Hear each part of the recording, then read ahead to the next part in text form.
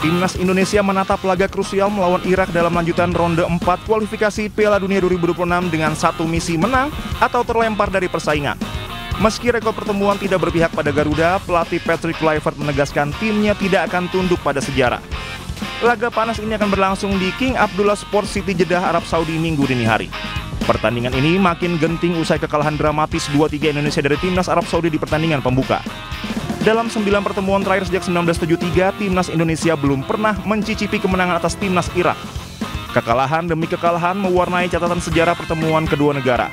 Dalam 3 bentrokan terakhir saja, Garuda tumbang dengan skor telak 1-5, 1-3, dan 0-2. Namun pelatih Timnas Indonesia, Patrick Kluivert, enggan tenggelam dalam bayang-bayang kutukan statistik tersebut. Pelatih asal Belanda ini menegaskan pertandingan melawan Irak kali ini berbeda. Baginya ini bukan soal membalas dendam, melainkan soal membuktikan Timnas Indonesia layak bersaing di level tertinggi Asia. Soal taktik, Kluivert memastikan tidak akan mengubah terlalu banyak dari skema saat menghadapi Arab Saudi. Menurutnya, kunci kemenangan terletak pada fokus dan determinasi sepanjang 90 menit pertandingan. We prepared and we're going to bring it on like we brought it on against Saudi Arabia. We're ready. We're preparing the players very good for this match against Iran.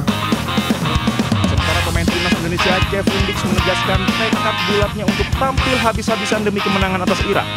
Laga penting ini akan menjadi momen krusial bagi skuad Garuda menjaga asa lolos ke babak berikutnya. Bek Borussia Mönchengladbach ini menegaskan seluruh pemain kini telah melupakan hasil pahit sebelumnya dan fokus penuh melawan Irak. The game against Saudi was a disappointment, but we have to look forward. And we have to win tomorrow and go for our chance, and that's what we're doing. We're well prepared and we're very focused. Saat ini Indonesia berada di peringkat ketiga klasemen Grup B. Tanpa poin dari laga perdana, hanya kemenangan atas Irak yang bisa menjaga asa Garuda terbang ke panggung Piala Dunia 2026.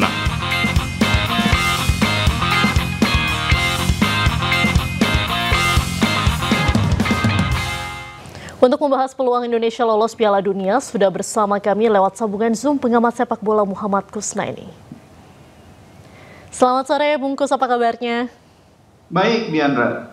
Baik, Bungkus, apa nih strategi yang harus dilakukan Indonesia untuk mengalahkan Irak? Mengingat kemarin kan kompetisi atau laga melawan Arab Saudi ini kurang memuaskan gitu, Bung.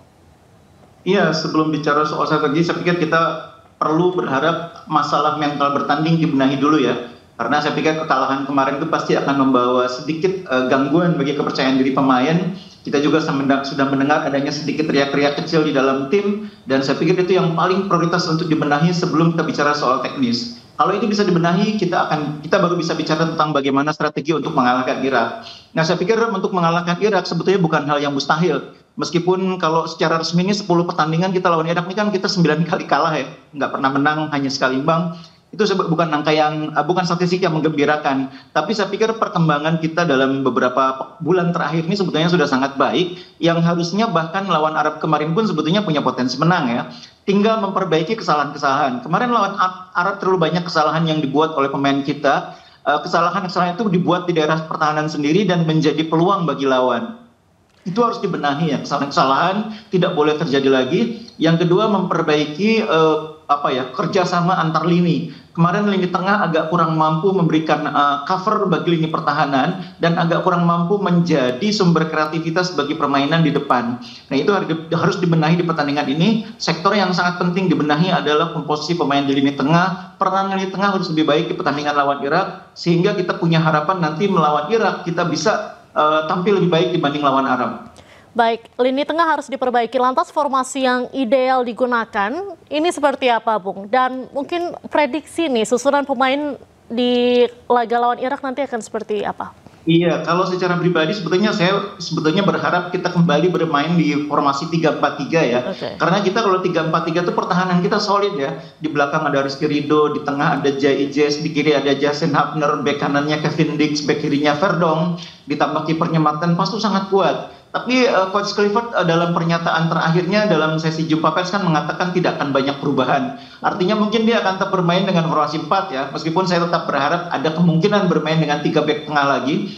Tapi kalau bermain dengan formasi 4 di belakang, itu artinya kan tetap Kevin Dix berduet dengan Jai Ijes.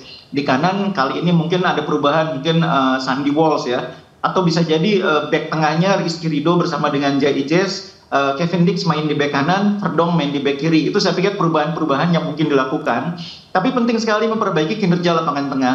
Kemarin saya pikir Joy Pelupesi berduet dengan Klok tidak terlalu optimal ya, tidak bisa saling menutupi kekurangan, tidak bisa saling mengisi gitu ya, kurang padu lah intinya. Sehingga mungkin kita perlu karakter gelandang yang lebih versatile untuk membantu Joy. Nah itu ada dalam diri pemain-pemain seperti Nathan Chuaon atau pemain yang punya kemampuan menjadi pengatur serangan yang membuat Joy Pelupesi fokus untuk menjadi penjaga keseimbangan. Nah kalau itu yang diinginkan, itu saya pikir kita punya Tom Haye ya, dan kita punya juga Rika Buaya sebagai alternatif. Jadi tergantung nanti apakah Coach Clifford akan tetap bertahan dengan 4-2-3-1 atau bermain dengan 3-4-3. Tapi intinya pusat permainan di lapangan tengah harus diperbaiki. Mungkin kehadiran Tom Haye sangat penting ya dalam pertandingan ini karena kemarin ketika dia masuk dia bisa lebih menjaga keseimbangan permainan di lapangan tengah. Di depan sudah pasti Ole akan menjadi starter kalau dia tidak ada masalah dengan kondisinya. Miliano saya pikir juga akan mendapat kepercayaan di kanan. Nah menarik di kiri, apakah akan diisi oleh Orat Mangun yang kemarin bermain sebagai striker tapi kurang efektif, atau Dean James, karena Dean James ini juga bisa main di depannya walaupun dia kemarin main di bek kiri, tapi dia bisa menjadi pemain di posisi wing kiri. Jadi banyak alternatif bagi Coach Clifford, dia pilihannya cukup banyak. Itu yang membedakan kita dengan pertemuan terakhir lawan Irak. 2 pertemuan terakhir skuad kita tidak sebaik saat ini. Nah, head to head-nya lawan Irak ini kan 2 pertandingan terakhir kita belum berhasil mengalahkan Irak begitu. Nah, apa yang mesti diwaspadai Indonesia? Iya, Irak ini secara tim kan kolektivitasnya bagus ya. Kurang lebih dengan Arab Saudi itu kelebihan Irak kolektivitasnya. Pemain-pemainnya itu kerjasama timnya rapi karena memang mereka sudah lama bermain sebagai tim ya. Beberapa pemain yang berbahaya tentu sudah ada ya. Ada Aiman Hussein di depan tuh striker yang sangat baik. Di tengah ada Zidane. Tapi jangan lupa mereka punya pemain yang sedang on fire. Yang namanya Mohamed Ali. Mohamed Ali ini dalam 2 uji coba bulan September itu bikin 3 gol. Waktu mengalahkan Hong Kong, kemudian juga mengalahkan Thailand. Jadi kita perlu di lini tengah kuat, makanya tadi saya bilang berkali-kali lini tengah harus kita perbaiki. Karena lini tengah Irak inilah sumber kekuatan mereka. Mereka punya striker bagus di depan, Aiman Hussein, tapi lini tengah itulah yang menjadi otak serangan-serangan mereka yang mampu memudahkan Aiman Hussein mendapatkan peluang demi peluang. Jadi sangat penting malam ini kita bisa mendapatkan lini tengah yang kuat untuk mengimbangi permainan Irak. Baik. Terima kasih banyak Bung sudah bergabung dengan Ayu sore hari ini. Selamat sore, salam sehat selalu Bung. Salam sepak bola. Pemirsa, Timnas Indonesia masih menyimpan asa tampil di Piala Dunia 2026 meski menelan kekalahan 2-3 dari Arab Saudi.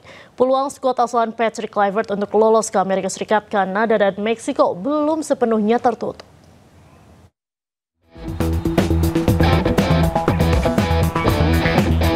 Meski menelan kekalahan 2-3 dari Arab Saudi pada laga pembuka grup B babak keempat kualifikasi Piala Dunia 2026 zona Asia, Timnas Indonesia masih menyimpan asa tampil di Piala Dunia.